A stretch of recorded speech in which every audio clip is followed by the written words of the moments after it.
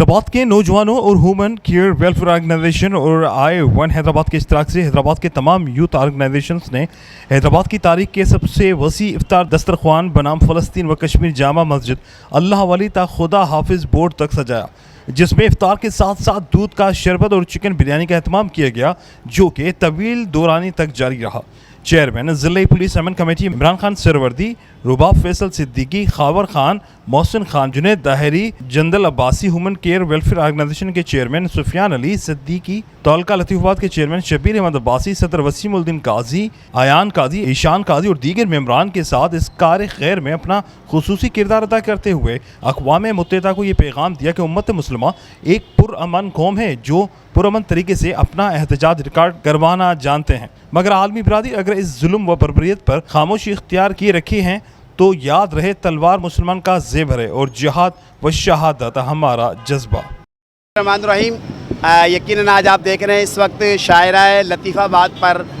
حیدرآباد کے نوجوانوں کی طرف سے، حیدرآباد کی آل یوتھ آرگنائزیشنز کی طرف سے میرے اس وقت دائیں ہاتھ پاس دیکھ رہے ہیں کہ آپ رباب صدیقی کھڑے ہیں اور یہاں پہ امتیاز بھائی سیلانی ویلفیئر کا ایک بہت بڑا کردار ہے یہاں پر۔ اس کے بعد جو ہے وہ اور آرگنائزیشنز جتنی بھی ہیں انہوں نے مل کر سب نے حیدرآباد کے نوجوانوں نے یہ دسترخوان سجایا ہے۔ مقصد ہے کہ اس دسترخوان کا کہ فلسطین اور کشمیری کی بھائیوں کے ساتھ اظہار یکجہتی کرنا یقیناً ضروری نہیں ہے کہ احتجاج ٹائر جلا کر کیا جائے، احتجاج جو ہے شرارتیں کر کے کیا جائے، احتجاج پرامن طریقے سے بھی ریکارڈ کرایا جا سکتا ہے۔ اور آپ دیکھ رہے ہیں اس مین اسٹریٹ پر بیٹھ کر لوگوں کو روزہ افطار کرا کر اس بات کو ہم یاد کرانا چاہتے ہیں کہ اس وقت فلسطین اور کشمیر میں روزہ افطاری کرنے والوں کے اوپر کس طریقے سے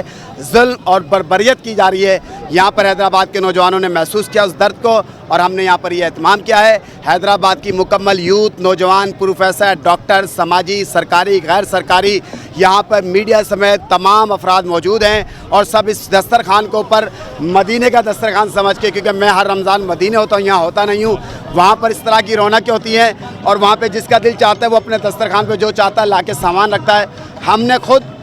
جو ہے وہ 1000 سے 1500 کے قریب لوگوں کا مختلف دوستوں نے مل کر یہ اہتمام کیا ہے، لیکن ہم دیکھ رہے ہیں لوگ بھی آ کر اس دسترخوان پہ اپنی طرف سے چیزیں رکھ کے جا رہے ہیں۔ تو آئی لو مائی حیدرآباد، آئی لو مائی حیدرآباد کی یوتھ۔